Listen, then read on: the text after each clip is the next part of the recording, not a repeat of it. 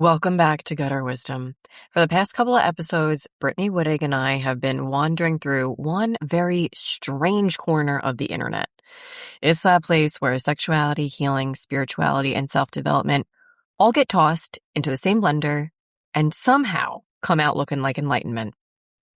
This whole series started because Brittany kept getting the ick with posts and had her internal systems going absolutely the fuck not.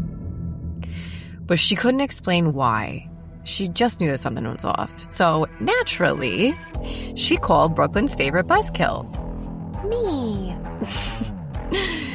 We've been holding these ideas up to a light, like really dissecting them, critically thinking about what they're actually saying, all that good stuff. And real talk, I have no interest in telling you what to think. Or I have no interest in crowning myself some highfalutin high council of correct opinions. Righteousness is a slippery slope, y'all. But I wouldn't be living up to my daddy Frankie name if I didn't start training your ear and building that discernment muscle that the world has worked so hard to turn into fucking mush bags. If nobody teaches you how to question the packaging, it's really easy to mistake good marketing for good wisdom. Skirt! If you're just finding the show, I'd start with episode 10. Or, if you're feeling bold, all the way at the beginning. These conversations build on each other. If you've been hanging out with us since jump, thanks for trusting us to get weird together. Today, we land that plane. Last episode, we looked at what happens when uncertainty gets dressed up as certainty. How formulas, rituals, and manifestation culture quietly promises that if you just become spiritual enough, embodied enough, healed enough, life will finally stop surprising you. Today's conversation zooms out. We're talking about Tantra, polarity, sacred masculine, sacred feminine, and what happens when these ancient traditions get lifted out of their context. What happens when they get wrapped in aesthetic branding and then sold back to you as these personality traits. I'm not here to debate if those traditions have value. Duh, many of them absolutely do. This is way more about what happens when complexity and nuance and full spectrum gets flattened into content for 90-second reels, when lineage becomes branding, when devotion becomes performance, and when people stop listening to their own bodies, their own experiences, because they're too busy trying to play dress up in somebody else's archetype. So, let's lovingly ruin a few Instagram carousels, shall we? That I would love.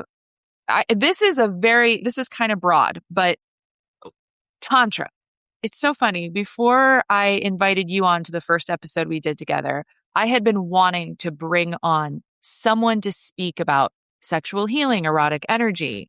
And I actually had a woman reach out to me who is a pretty big name from what I can tell in the Tantra community. And everything about it felt off. I kept sort of putting off the conversation about her coming on. I was like, why am I kind of avoiding this? And then I thought it was about me, but I actually did a deep dive through her stuff. And I was like, this just doesn't feel good. And I don't know why. And so I ended up just saying, I don't think it's a good fit. I'll wait till the right fit comes along. And then you came along and I had you on the show. But I would love to know Tantra in general.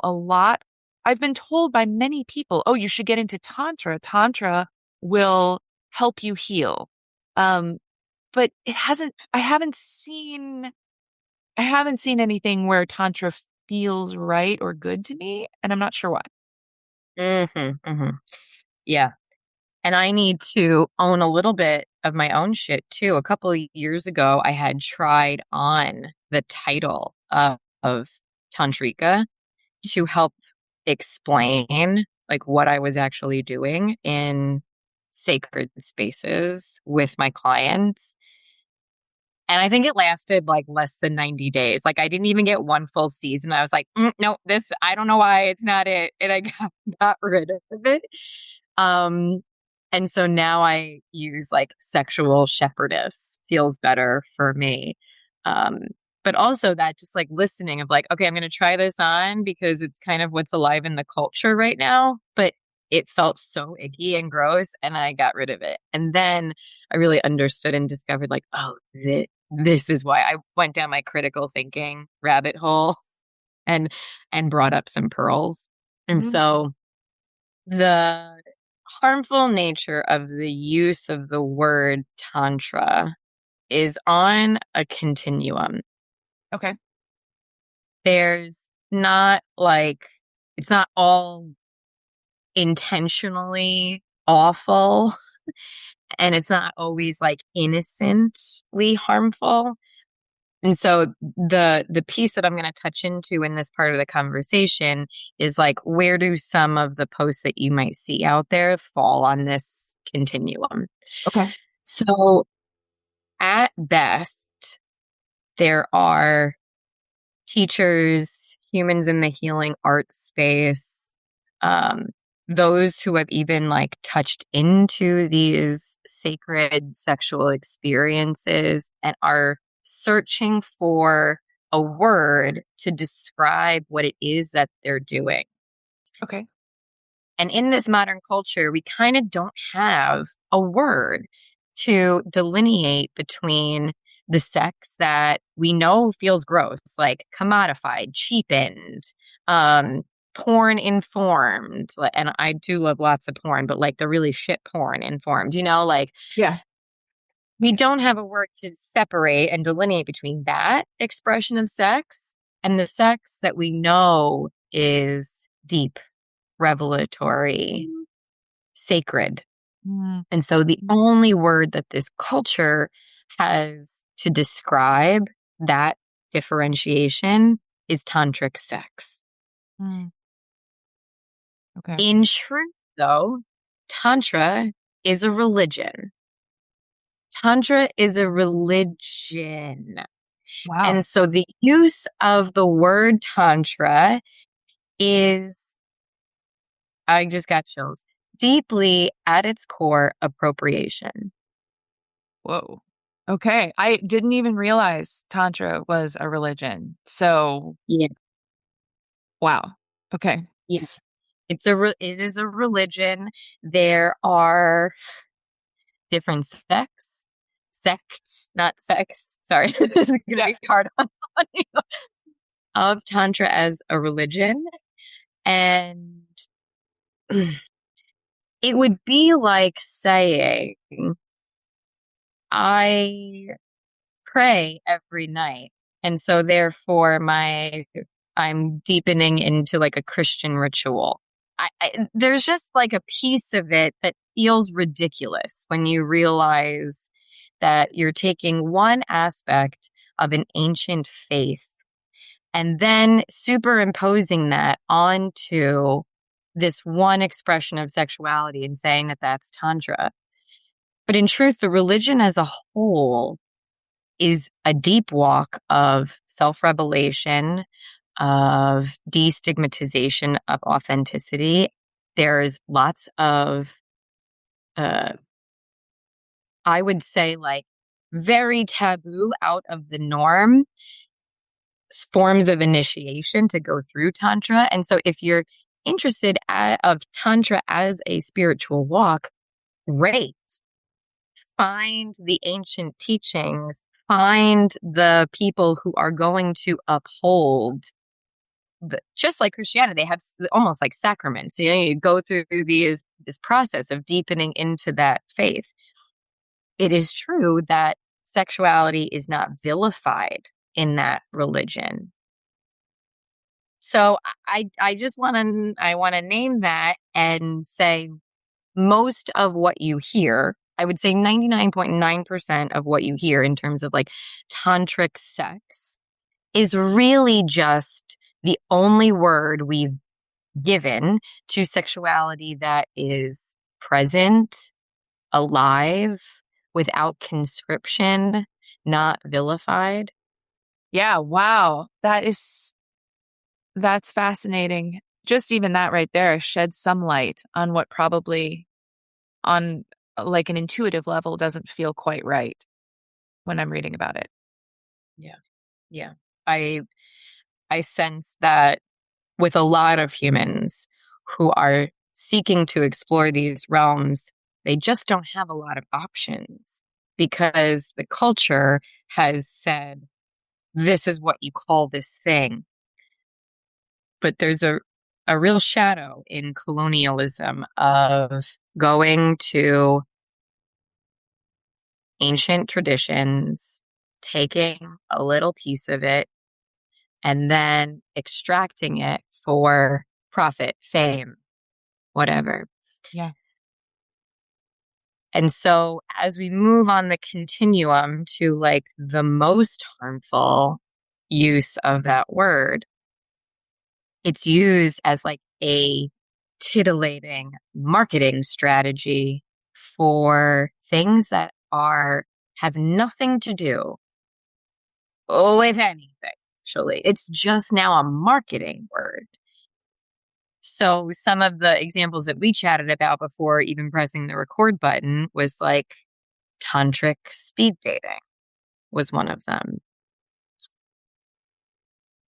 Yeah.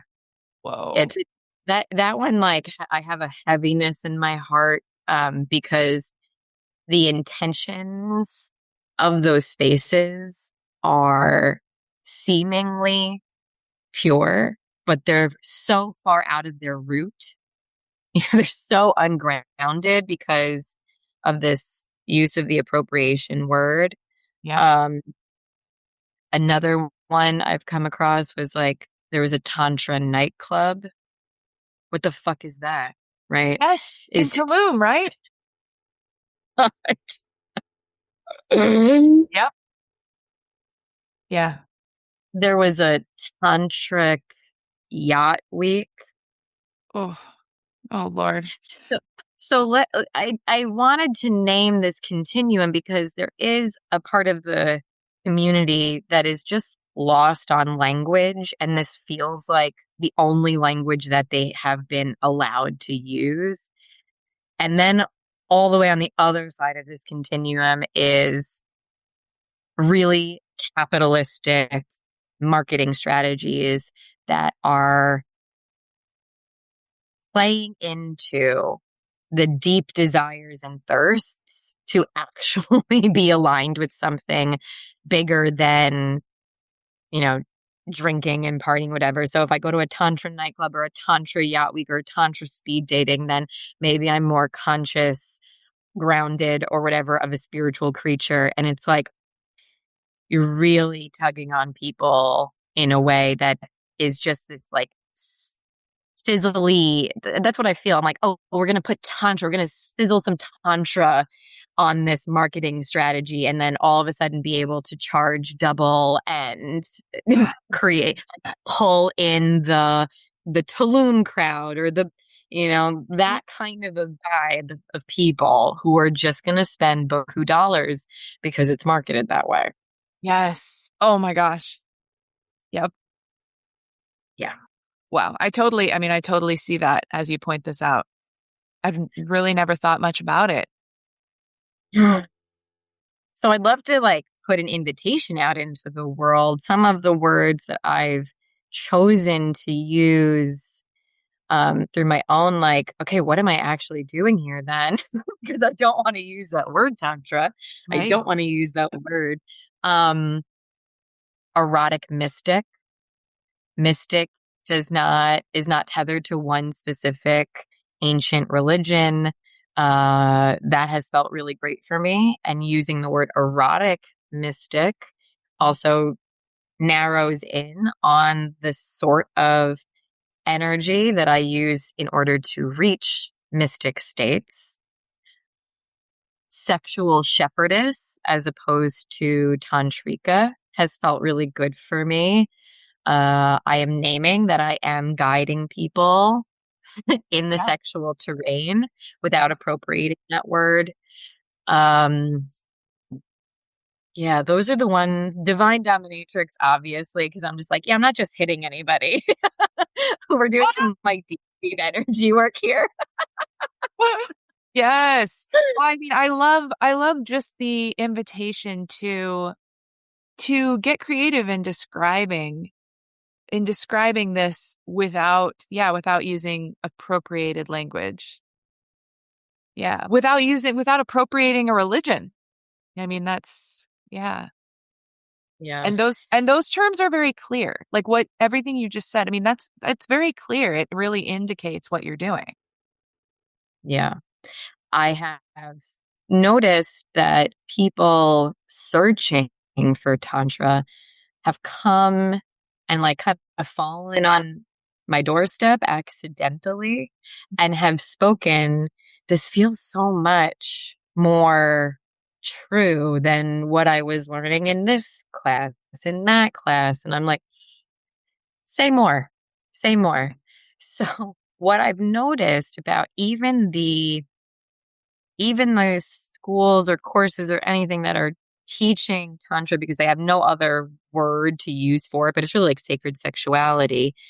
There's lots of ways that if you haven't done your shadow work around appropriating ancient cultures, you probably haven't done your shadow work around the gender binary, around colonialism, around capitalism.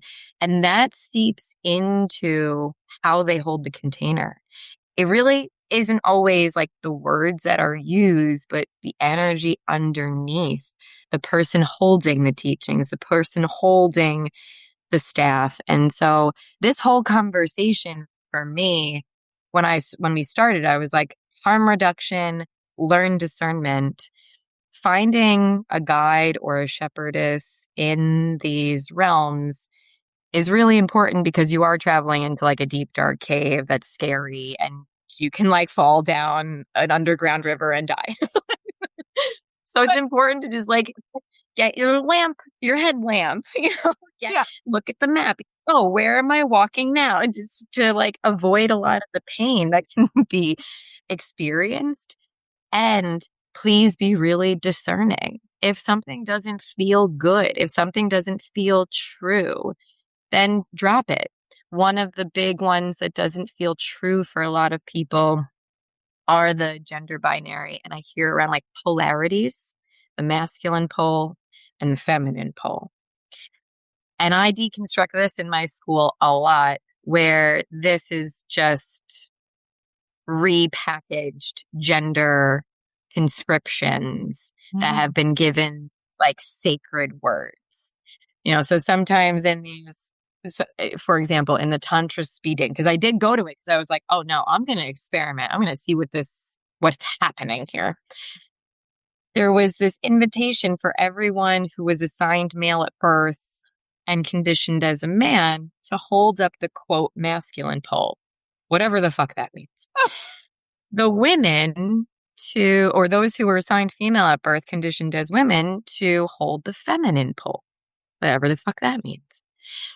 What it was doing was perpetuating this narrative of like, man, strong, I hold things. And female, fluid, I flow into things. And I was like, what is going on here? This is just oppression repackaged, and it's not allowing for everyone to show up as their authentic self. So what I see in the quote Tantra community is that there is a right way and a wrong way. There is a higher order sexual expression and a lower order sexual expression. There is a high frequency, high vibe sex, low vibe sex. And I'm here to say there is full circle. Nothing wrong with your authentic, erotic expression, period. Ooh, yes. Yes. So you touched on something there also that has come up for me, and we don't have to go too deep into it, but I have definitely seen in the spiritual world very often, I have seen this sort of destructive definition of the divine feminine and the divine masculine.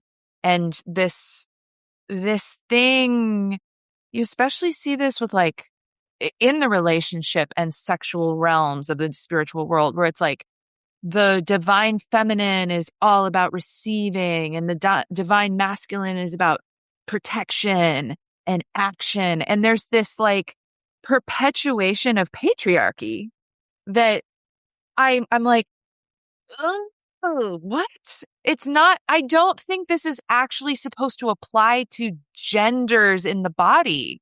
These are just like energies that exist in everything, right? Yep. Like, spoiler, yes. Let's go back to the tree because, God, the tree is just one of the greatest teachers. Yes. Is the tree any more masculine when it blooms versus when it receives the water from the roots, or any more feminine? I mean, gender is such a construct. This whole and masculine and feminine energies are very, that languaging is confusing because the collective has not unlearned gender. Right. Has not done work as gender as a construct. So even if those masculine and feminine terminology translates to receiving and doing, because we haven't deconstructed gender, we then impose those energetics onto gendered identities. False. It's just one big false movement. The tree is just as receptive as a sheep, whatever, as it is activating. Period. Yeah. Period. Yes. Right. Yeah, that's something that it always gives me the ickies when I see posts about make sure that your divine masculine partner gets to live his divine masculine by taking charge and protecting the relationship. And it's like, oh, please, no, let's not. Oh. I'm ready for polarity to not be a thing anymore because it comes up in sex, intimacy, and relating coaches' Instagram posts all the time. That probably could have been another one that we really dive into. Yeah. It comes up a lot, that narrative of polarity. And in all of my work with particularly humans who have been assigned male at birth, conditioned as men, they are so thirsty to be in a surrendered state. And what the entire framework of polarity does is robs them from their opportunity to use sexuality, intimacy, relating as the place where they can play in safety of surrender. They are never allowed to be in full surrender out in the world, right? They always got to have it together. They always have to know what's next. They always have to uphold all of these things. And so it was interesting after that tantric speed dating experience I had, that event actually flowed into a temple night. So a group play party. And I offered into the space ANR, which is adult nursing relationship. So where someone is able to be in my lap, latch onto my breast, and just be held in this soft receiving space. I want to tell you, I should have had a sign-up sheet, because that's how many humans with penises assigned male at birth that were told to uphold the masculine pole in that event wanted to just be held. Wow. That makes total sense. Yeah. That's powerful. Well, that feels like a good place to leave this little truth serum series for now. If you've listened to all 3 conversations, I hope one thing is becoming a little clearer for you. Discernment isn't about being cynical. Discernment is all about intimacy with your own experience. Period. My goal was never to convince you that Brittany and I have all the answers. That would be so weird and honestly, really cringe.